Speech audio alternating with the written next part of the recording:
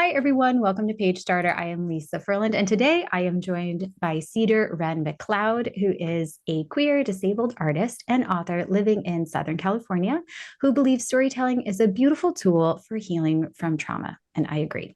They were born and raised in Maryland and graduated from Towson University in 2013 with a bachelor's in painting, drawing, and printmaking.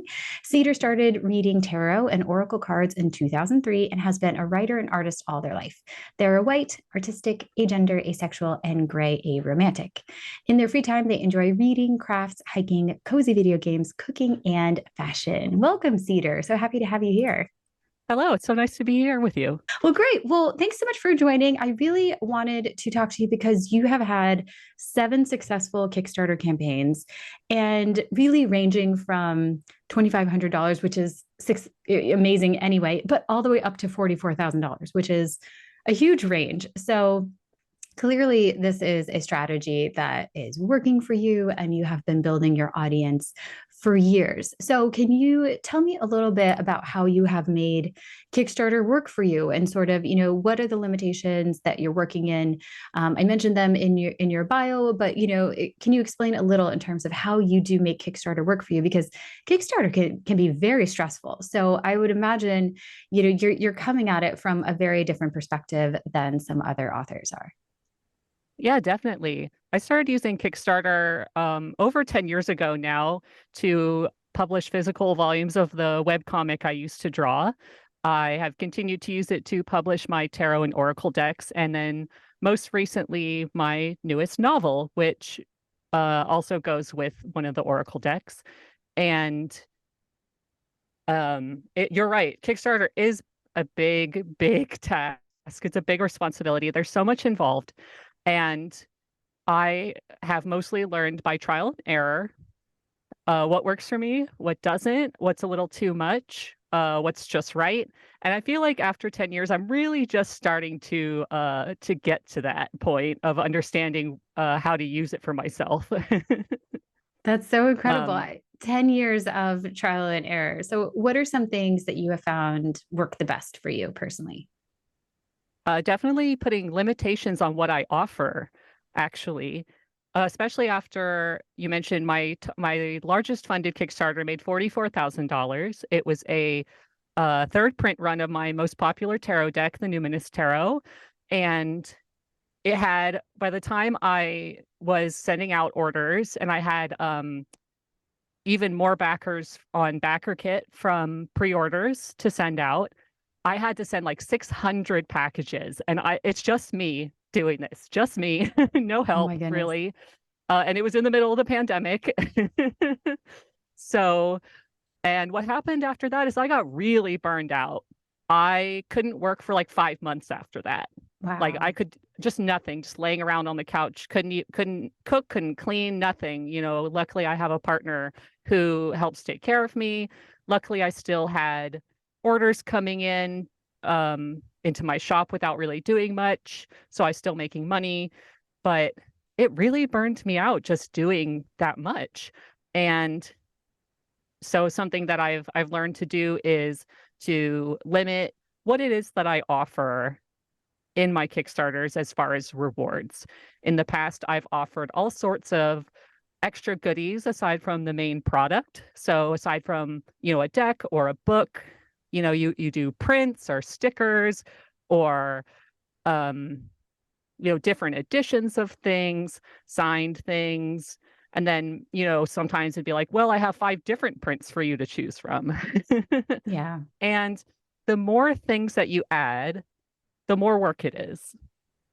It's easy to look at campaigns on Kickstarter that are super successful and see that they're offering a million different fun and fancy extras along with the main product and think, oh, that must be what people want. Or at least that's what I always thought looking at them. I was like, oh, people must want this. But in my experience, what people really want is just the main thing that you're selling. Yeah. So, if you're selling your book, people just want your book, Yeah. and they may want it in a couple different formats. Like I did end up for my recent book Kickstarter making the ebooks an add-on because people who bought the paperback, some of them also wanted the ebook. Some people like to have multiple formats. And that was fine to add because it didn't really cost me any extra effort.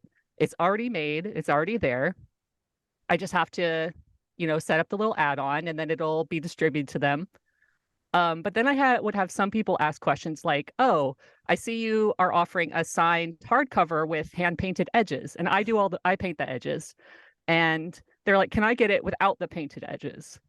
And you might think, "Well, that's one less book for me to paint."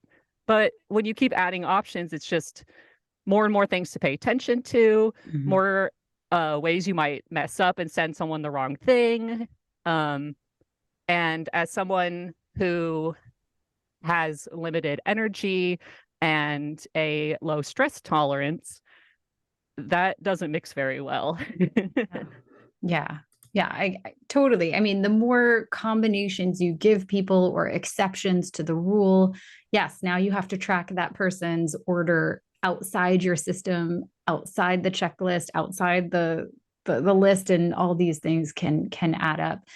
Yeah, no, I totally agree. So what types of boundaries do you have in place that you have found have really helped you separate your business from your personal life? The biggest one is that I only do work on my specific work days. I work Monday, Tuesday, Thursday, and Friday, and generally between the same hours, between like 9 and 4:30 or 5. And so I don't look at emails on the weekend or on Wednesday, which is my other day off. I don't do work on those days. And that is my most important boundary. It helps keep my relaxation time, my me time, and my work time separate. And that doesn't mean I'm not sometimes thinking about work on my off hours, as we all do, but it's definitely, if you don't keep it to like specific times, it's easy to start going overboard.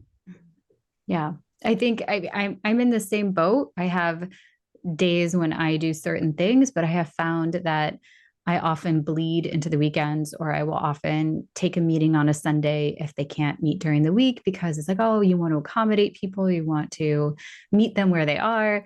And it's fine sometimes here and there, but often it can become a routine expansion of your time and attention. And then that you just end up working all the time. And then not working well anytime, because you're just constantly dibbling and dabbling here and there. And especially as a writer and as an illustrator, I would imagine that it's very easy to just keep going when you feel inspired, or to, pick up and start writing. Oh, I have this idea. And so you do want to give yourself space to do that if you want to, but not feel obligated. Oh yeah, absolutely. Sometimes the creativity just strikes you. Yes. And I have ways to deal with that. Like, if I get some inspiration during non-work hours, maybe I'll just doodle, or maybe I'll just make a bullet list of my ideas instead of like booting up the computer and like diving into my Scrivener document. Yes. Yes. So how do you stay focused? Is that Scrivener a tool you use to keep yourself focused on writing? And because they do have like a no distraction window where you can take up the whole window, so you're not looking at, your email notifications coming through. Is that something that you use to stay focused?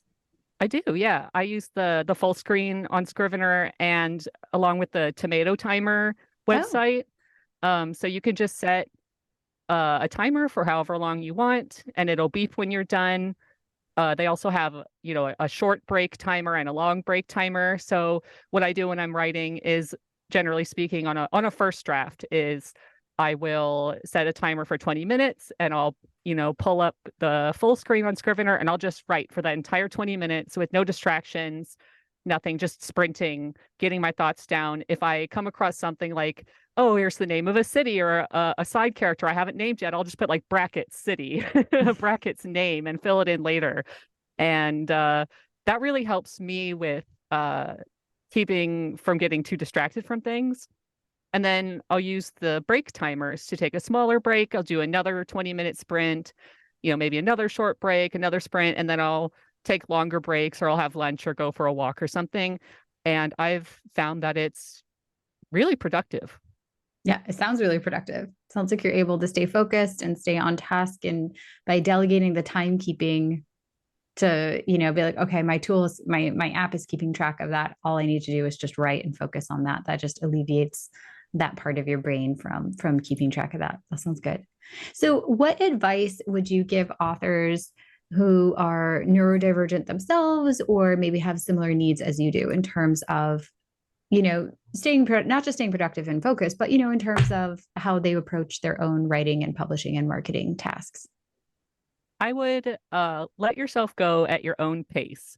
It can be really hard sometimes to watch neurotypical people work at a certain pace, get things done much faster than you can, or just the processes can be very different. And if you are living with limitations of some kind, then it can be very disheartening to feel like you're behind somehow. And the thing is that it's okay. In today's world, and especially online, there's this idea that everyone wants everything as fast as possible right now, instant gratification, especially or like with Amazon, 2-day shipping on everything's super cheap. But the truth is that if you want to build a lasting audience that is going to stick with you and trust you and be really loyal to supporting your work, they won't mind if you're slower, as long as they like what you're doing. And if you don't feel good about what you're doing, if you feel stressed, if you feel rushed or hurried, then your work's just not going to be as good as it could be. Mm-hmm. That's great advice. Do you, how do you keep your audience engaged during those slower times? Because a lot of authors will ask me, what do I send to my newsletter list? I've committed to sending them an email every other week, but I have nothing to say. So what would you suggest, someone share, if it's taking a bit longer in between books or in between writing? That's something I'm still trying to figure out myself to some extent. I have what is it? I have because I'm also an artist, it's easier for me to like post doodles and pictures and things like that. Or because I have my tarot and oracle deck business, I have lots and lots of pictures of those I can always post. That it may not have to do with the writing, or I can make it about the writing, but it's still posting. But recently I've become really frustrated with it, and frustrated with social media overall. Instagram's really the only one that I still use regularly or post on. And even then, I continually delete it from my phone every now and again out of anger. I have a mailing list, and recently I started trying to send more newsletters. I started a blog on my website, and maybe that's one of the things that is easy for anyone to do, is just to write about how you're doing, write about your progress and your process, tell people where you are in your projects, maybe share little works in progress, things like that. Or something I and my friends have been doing is making memes for our books, especially the sort of alignment chart memes where you sort of categorize your characters under different funny, combinations of traits. And people like that stuff. People love that stuff. They like hearing about, how the thing is made. They like hearing that you're working on it, all of those things. So I think that's a pretty easy thing that people can do to keep their audience engaged.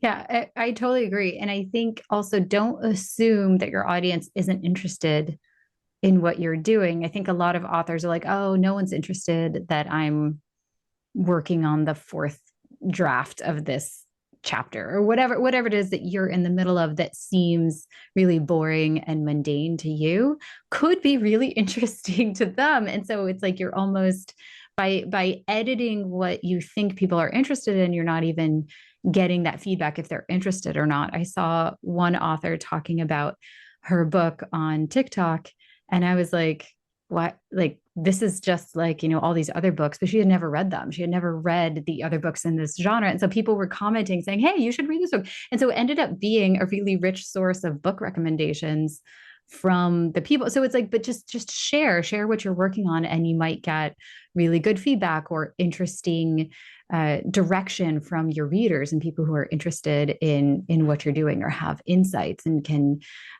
share their thing with you. And so it just invites conversation between you and the reader. So it's like, yeah, don't worry about so much what you're sharing. Just keep sharing, keep updating, and it'll come. Totally. I totally agree. I think in today's world, especially as authors, we get to interact with our readers so much more than any era in the past. And that can have its downsides, of course, when it comes to criticism. But when it comes to the positive part of the community, like, that can just be such a good resource for both people, just getting to create those relationships with your readers. And like you said, it's like, oh, here's a bunch of recommendations for stuff in the genre, or just the genuineness is what draws people in, I think. And word of mouth is still really crucial and really important, even despite social media and advertising being what it is. And if you're out there being personable and interacting with people and people like you, they're definitely going to talk about you more. Right. Yeah. Yeah. Totally agree. Even though, I mean, we all have like a love-hate relationship with social media. Yeah. Sometimes if you just go out there, I think it's all about making it work for you. Like, don't try to copy anybody else. Make it work for you in a way that's sustainable for how you want to interact with people on social media, and just do that. So if you're into memes and you just want to create memes and do that, just keep doing that. If you're into face talking videos and you like to share, stories and do that, then do that. If you don't want to put your face on social media, but make it work for you. And that's the easiest way to sustain it. Because if you try to copy what everyone else is doing, it's not going to work. I totally agree. And there are so many guides out there, like, here's how you get more views, here's how you get more followers. And I don't think a lot of that works for the average person. Just doing what you want to do and doing it consistently, because the algorithms are still there. Right. But I find as long as you're consistent and you're doing what you like, people will show up. Yeah. Yeah. Which brings me to my next question, because your writing and your tarot is very niche, and you have really focused in on writing for a niche audience. So generally, traditional publishers often say books can't be profitable unless they appeal to a very specific type of typical Midwestern white American housewife. And that is not who you're writing for. And you have found great success in writing for a group of underrepresented people. So I have a few questions in this, but how are people finding you, given that you're writing for this very specific group of people? How are you search engine optimizing all of your stuff, or is this word of mouth, or are you in the communities? Can you just explain a little bit more about how you're finding your readers, or rather how your readers are finding you and how you're interacting with them? Sure. It's mostly a combination of word of mouth and being in the community. I used to be a lot more in the online communities before I quit Twitter and Tumblr. But social media is so different now than it was 10 years ago when I first started building my audience. But I think those are still good ways to find the people who will want to read your work, is to be a part of those communities, especially because then you can see what it is that people are looking for. Not that you should necessarily be writing, solely to what other people want versus what you want, but it helps make more connections. And then when it comes to a niche audience, word of mouth is huge when it's an underrepresented niche audience. So I write for queer people, and especially people who are non-binary, gender fluid, trans, on the aromantic spectrum or the asexual spectrum, or both. which are sort of niches within the larger queer community. And because people are so underrepresented, especially in mainstream fiction, it's a lot better in indie circles. People are really looking for it. They're really hungry for it. And once they find it, they're like, oh my God, I love this. Let me tell all of my friends and let me tell my community about this, because there's just not enough of it out there and people get really excited. And if they like what it is that you're doing, people are very loyal. So even though I've worked across different mediums of comics and decks and novels, there are people whose names I recognize who have been in my audience and been supporting my work for over 10 years now. Like, I recognize their names when they come up. On the most recent book Kickstarter, it was a couple of them were in like the highest tier, pledging like $200, And so the good thing about a niche audience is that people tend to be very loyal to you and they will stick around. The downside is that it still does take longer, I think, to build an audience. It's been pretty slow, coming up to that point. And there are still limitations on how big your audience can get when you're that focused on a niche, just because the community that you're writing for is literally smaller. Right. Do you ever feel trapped by your niche, or like, I want to write something that's not for this audience? Do you ever feel like you can't because this is how, the writing that you've been doing, or do you not feel limited by that at all? No, when it comes to my writing, I don't feel trapped by the niche because I'm just writing what I would want to read. And what I want to read would center people like myself and build a world where it's easy to fit in and you're accepted and all of those things. So actually, whenever I think about writing something more quote unquote mainstream and I start developing the idea, it becomes more and more niche immediately in order to keep me interested. Like, I'm just not interested in the mainstream type story. It's like, no. And that makes sense. I mean, that totally makes sense. Write the world that you want to live in. And that's where your writing takes place. And that makes total sense.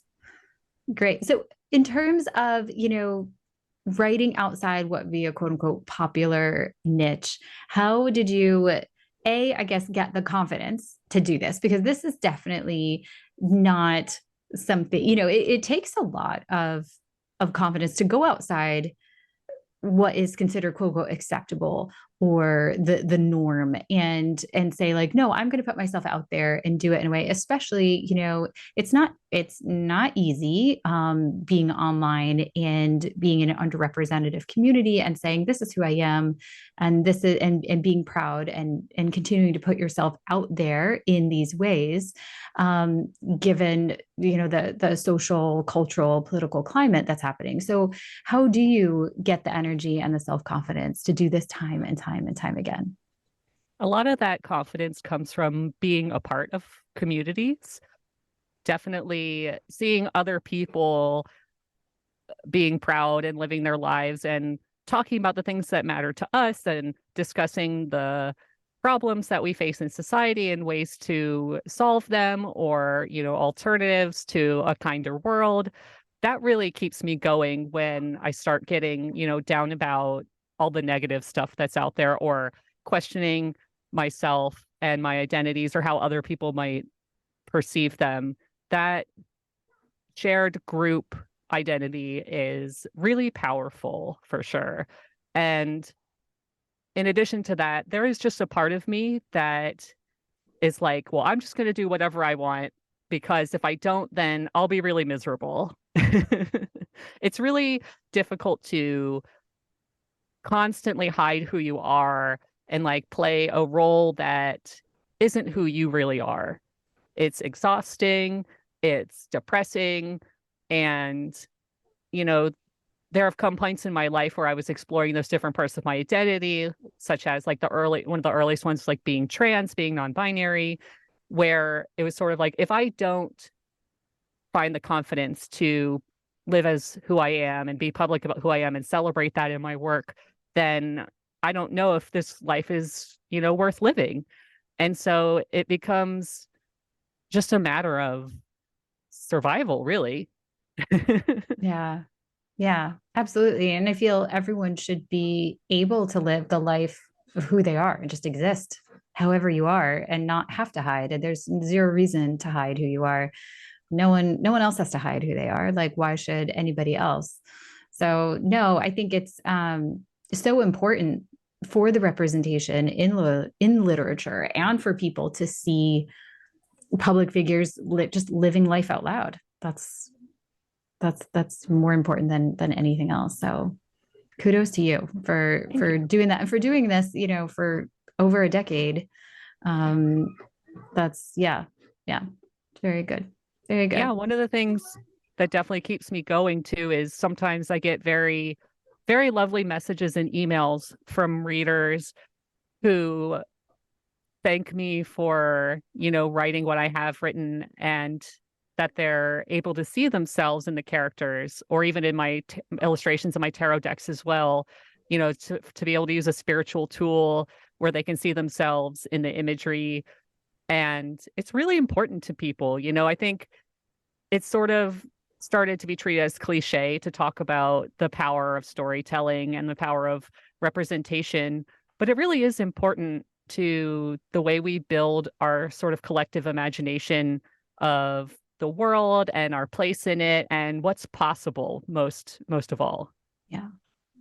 Yeah. And also, I think representation is so important. Inclusion is so important.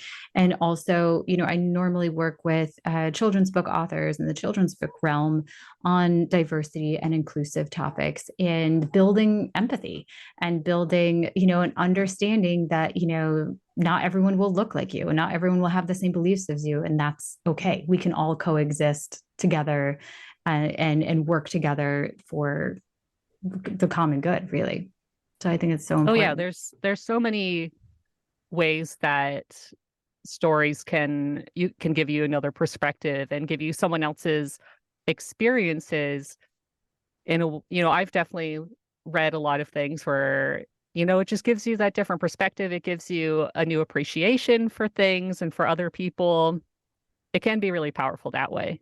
Absolutely. Absolutely. I would encourage everyone to read books by non-binary queer authors. Just like dedicate an entire month to just reading nothing but books by if you are binary, non-binary, if you are hetero, bi, queer, like anything that has a completely different perspective than what you're used to, because it is so interesting to see these novels written from a completely different perspective that you've never experienced before. And it's a different way of immersing yourself into new worlds and new personalities, new characters.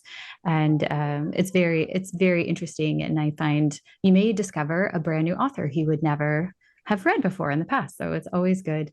And then make that part of your reading list in general. Also supporting authors in underrepresented fields is so important to, request these books in the library, support indie authors and all of that. Very much so. Yeah, go ahead. Like, yeah, do that. So as an illustrator and a writer, you have, a foot in both worlds, and there are major shifts happening now in the world of AI, both in writing and in the artistic community, that's causing shockwaves. I mean, it's affecting photography, it's affecting videography, it's affecting art, it's affecting everyone's sort of creative work. How do you see this impacting your work, if at all? I hope that it won't impact my work too much. I think because I work in such a niche audience, and I have already like a loyal built audience, I don't think that I'll be too personally affected by it, especially because I don't take commission work or anything like that when it comes to the illustration side of things. I do know there are a lot of people who do rely on art commissions who have seen their revenue go down because of AI art. And it's so disappointing because AI generation has such interesting implications. It could be such a really good tool for so many things, but the way that it's being used and the way that the art AI in particular is built on data sets of art from artists whose permission was not granted, it's essentially stolen. It just undermines the whole thing. And it's interesting to see it all blow up at once in recent years. Yeah. And I suspect it will quiet down at some point, but AI is clearly here to stay. And I don't know. I don't like where it's going in some cases, for sure. And I don't know as much about the writing AIs. I have no doubt there are already people who are like, well, I'll just generate a text and put it up on Amazon for 99 cents and make a quick buck, which it just, in both cases, it just floods the market even further with garbage or with things that are, and by garbage, I mean things that are there to make money and not to actually be enjoyed as their primary and not to be just enjoyed primarily. Yeah. I think I've read some books generated by AI or seen the artwork, and it just lacks it lacks the human touch. And that is the nature of AI, is that it lacks the human touch. And so it's kind of like, you can tell as a human that what you're reading is not human generated, and that it doesn't sound right, and it doesn't quite make sense, and it doesn't flow naturally, and it just lacks this spirit, this sort of like human creativity, and you can just tell. And so I think that, if you're doing anything for a quick buck without like the heart and without the interest in engaging readers in a meaningful way, you're going to get the same kind of output. People will buy it, they'll read it once, they'll put it down, they'll never come back. It's the same kind of idea. So again, what you talked about, if you're looking at building a readership who is loyal to you over years and years and years and supporting you and supporting your art, AI is not the way to go. But yeah, it will be interesting. I agree with you. I think it's here to stay and will just continue to be leveraged and used, and is something to keep an eye on. I don't think it's anything to fear. I think we just need to be very careful with it. And I wish there were more safeguards in place. I wish there were that artists were being paid for their work when it shows up in AI. There are so many ways that this system could be more of a closed system so that the artists get paid royalties, users pay to use the AI, and then there are ways to solve all of these problems. So I wish there were more of those sort of help safeguards in place so that any artist who does want to partake and make their artwork available can be compensated for it, and that so it's more of a voluntary process. I totally agree. Especially one of the defenses I've seen brought up for AI art in particular is that collage art exists. But I love what you said about the human touch being missing, because the thing about human-made collage art is that a human is still doing it. And a human is still making decisions about that. Or people will bring up, artists who are inspired by other artists. But a computer can't make decisions about what's appropriate or inappropriate to include when it comes to an inspired style or collage art like a human mind can. And those people are also very mistaken if they don't think that there are huge controversies over both of those things in the art world when humans make them. Right. Yes, exactly. So it's like, no, you're using that justification from a very controversial perspective, saying that like, oh, that it's okay to do collage art, so therefore it's okay that a computer's collage art. You're like, no, like most artists aren't really that okay with it either. And also, AI music is a thing. And someone brought up, okay, DJs often take clips of music and we'll clip it together and piece it together.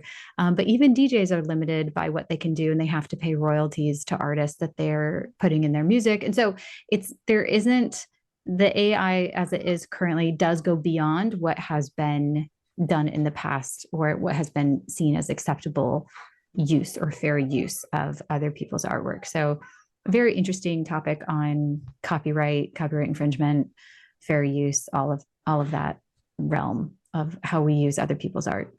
Yeah, unfortunately, in this world, we do all have to, and by we, I mean artists, writers, everybody, creatives, we do need to make money to live. So we have to use these systems that allow us to keep making that money so we can keep making our art.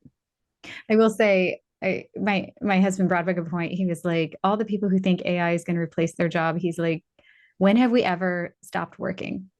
When we have had factories, we have had the most technological advances ever of any society in our history now, and we still have to get up and go to work. We still have to make money. No one is like, oh, we're going to give you universal income. You're fine. You don't have to work. We have AI robots doing it. Don't worry about it. He's like, we will still have to work. People will still be employed. The world will keep spinning, and we will, stay busy at our jobs. He's so right. I wish that AI would take all of the jobs nobody wants to do, and we could all just sit around and make art. Right? Like when they came out with the robot vacuum, I'm like, perfect. No one wants to vacuum. Get the robots on the tasks that we don't want to do. I think that's the best way. We should keep doing that. Well, great, Cedar. Anything else that you would like to add or discuss before we wrap up? I think the only thing I would add, I think I sort of said this throughout all the different answers to the questions, is to be true to yourself and what you want to make, what you want to write, who you're writing for, and the way that you go about it.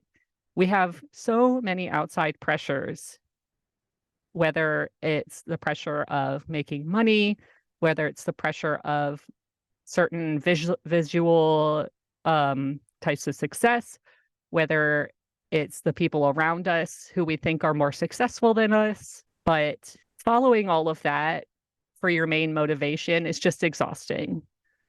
And it is very difficult to make a living as a writer, especially an indie writer.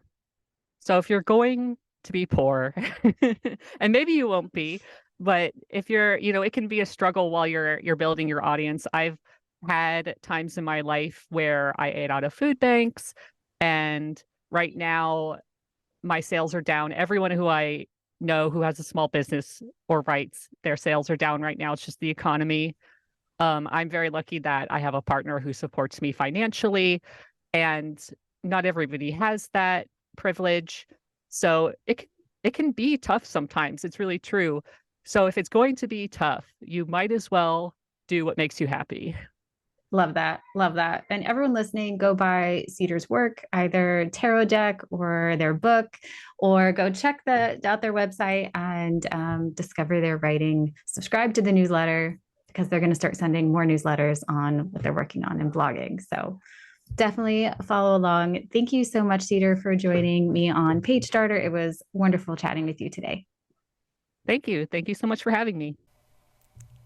Hi there, it's Lisa. If you enjoyed this episode of PageStarter, please go ahead and give it a like and subscribe depending on which platform you're on, or be sure to recommend it to a fellow author who you think would enjoy this episode. Thanks so much.